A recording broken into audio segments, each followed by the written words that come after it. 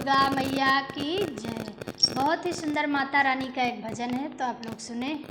अरे कैसे बनी मैया के लाल चुनरी, कैसे बनी मैया के लाल चुनरी, कैसे बनी मैया के लाल चुनरी, कैसे बनी मैया के लाल चुनरी, कैसे बनी। ये चुनरी ब्रह्मा ने बनाई, ये चुनरी ब्रह्मा ने बनाई, गोटा किनारी ब्रह्माड़ी लगाई, गोटा किनारी ब्रह्माड़ी लगाई।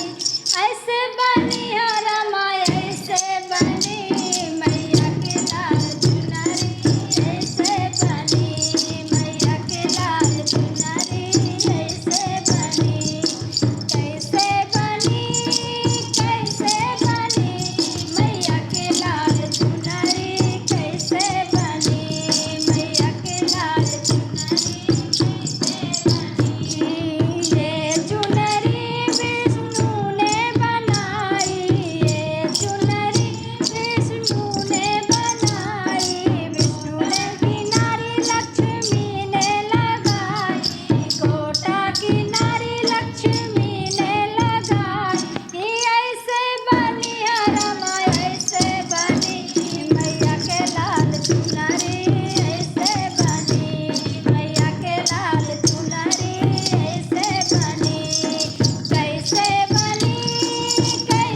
बनी लाल चुनरी, कैसे बनी मैया के लाल चुनरी, कैसे बनी। ये चुनरी शंकर ने बनाई, ये चुनरी शंकर ने बनाई, गोटा किनारी गौरा मैया ने लगाई, गोटा किनारी गौरा मैया ने लगाई।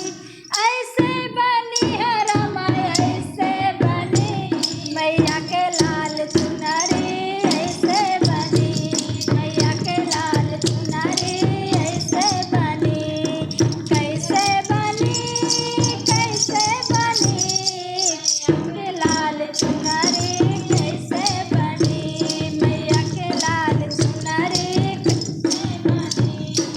ये चुनरी कृष्णा ने बनाई, ये चुनरी कृष्णा ने बनाई, गोटा किनारी राधा मैया ने लगाई, गोटा किनारी राधा ने लगाई। ऐसे बनी रमा, ऐसे बनी मैया के लाल चुनरी, ऐसे बनी मैया के लाल चुनरी, ऐसे बनी। कैसे बनी मैया के लाल चुनरी,